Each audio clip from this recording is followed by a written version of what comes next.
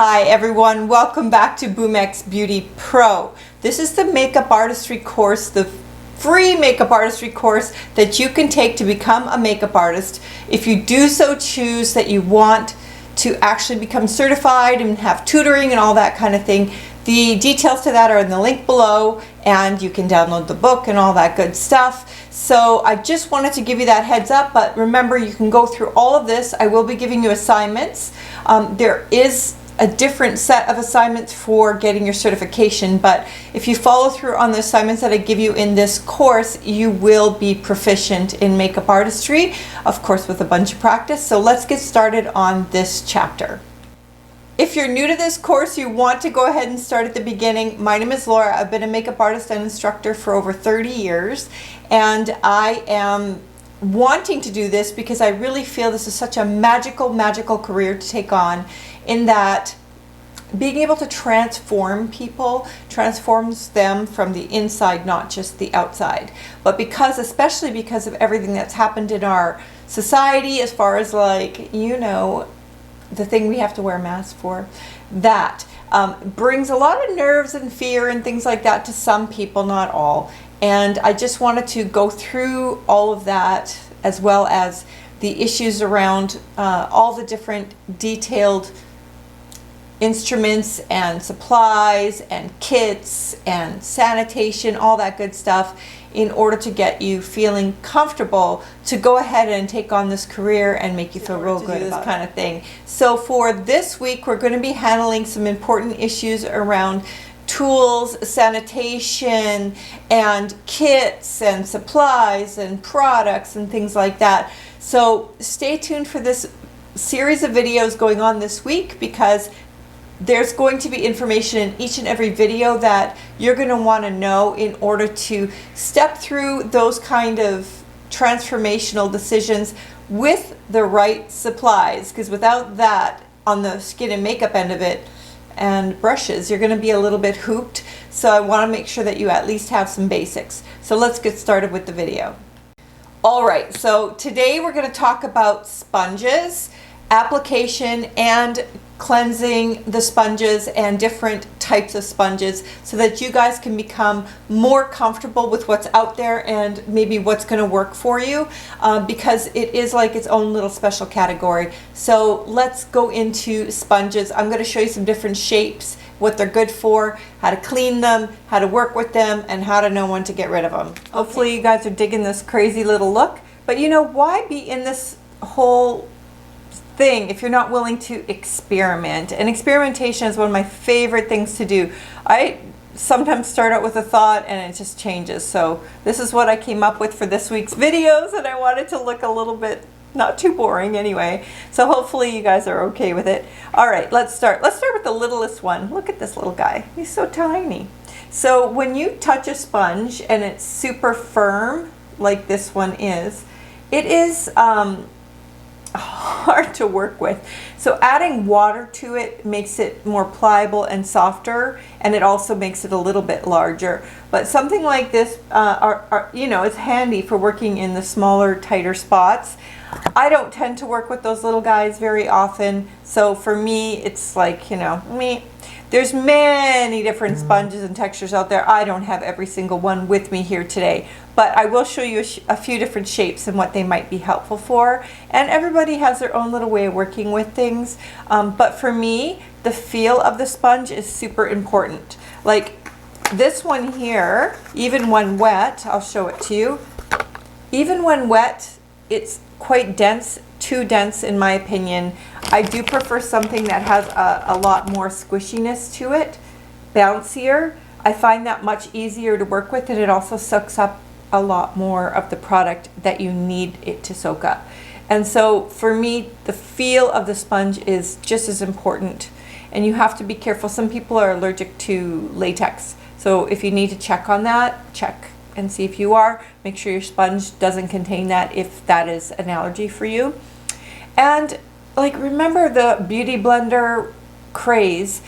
That beauty blender was not cheap, guys, and I like the beauty blenders, but there are now, thankfully, so many varieties out there and less expensive versions of something very similar. So that is super great. But I want to talk to you about what I used to work with, and it might still be appealing for you.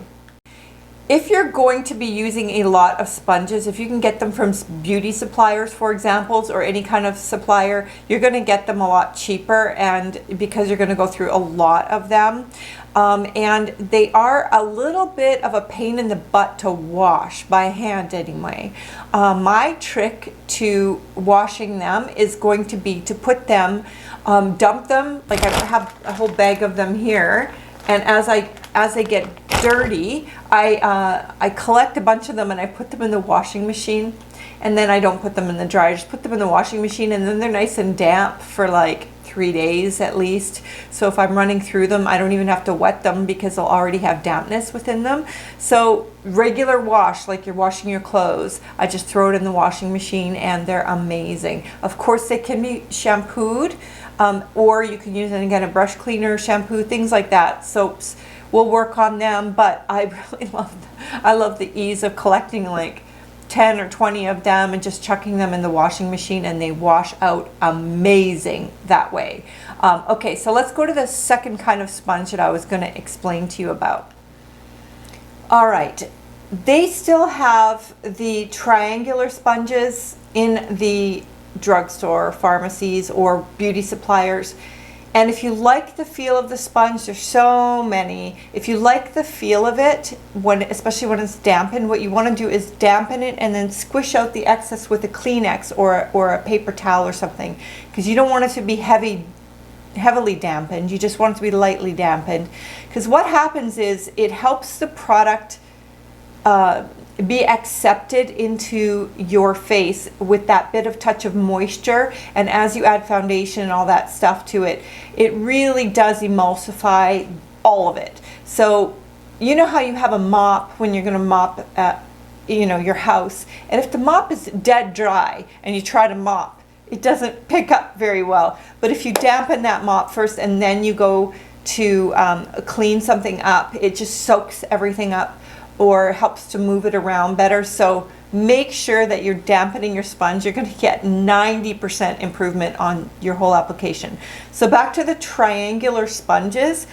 The reason those are really beneficial is for cleanliness, speed, and all of it. Unless you have like this many sponges you're going to take with you, and you can work with, each one and then throw it in your bag, because sometimes you have 10 faces to work on in the day, or you are yourself just doing yourself and you want to have a clean sponge each time, because these guys also collect a lot of bacteria, so you don't want to be repeatedly using the same sponge because it definitely collects.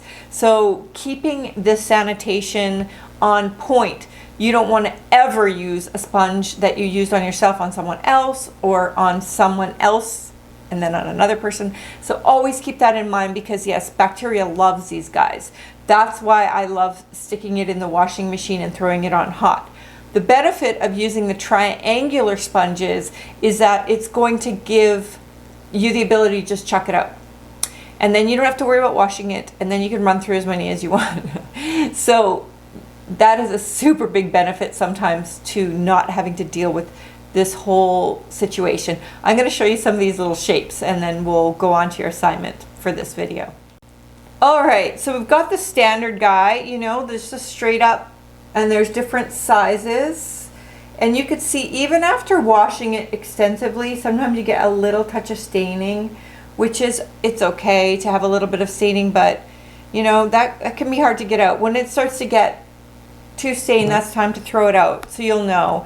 And always smell your sponges too. Make sure they're smelling fresh and looking fresh. Oops, I just found another little guy. This one here has a little beveled edge to it. It's even sharper for some of the detail work that you might want to do. We have these two ones here. They're very similar in shape, but they don't feel the same. This one's much thicker and denser, which I do not prefer. I like it to feel fluffier, lighter, and more squishy, easier to work with. Okay, a few more. I don't have every kind of shape of sponge here. I'm just showing you guys a few, all right? This one here has a flat side. Some people like that ability to have a flatness to it, so they're able to press down. So that's another possibility. And also there's the wedgie ones. Again, it's a wider one. It's like the little one that I showed you, like this one, but bigger. And it gives you the ability to chisel. You can also chisel cheek. You can do all kinds of stuff like that. And, you know, cut. You can cut the cheekbone area, cut the jawline area. So this can be handy. I think the best thing to do really is to get into your personal preference on this one, to get a bit of a variety, to try them out and to see how they perform for you, see how they feel, see how they wash out, and see how you enjoy working with them.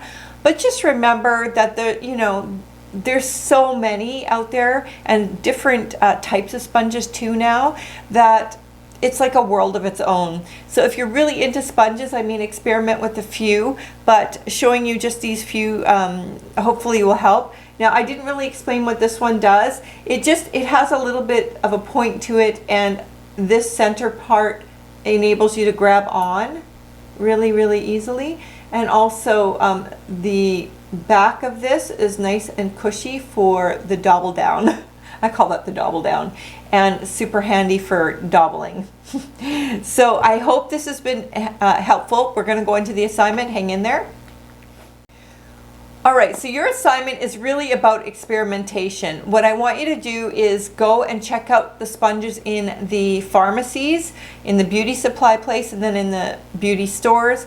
Compare pricing, feel the texture, and then if you do make purchases, I want you to try your sponge with no water, and then I want you to try it with dampening it and then squishing out the excess into a paper towel or a Kleenex or something, and then try the difference on the other side of your face, and you will see what the heck I'm talking about.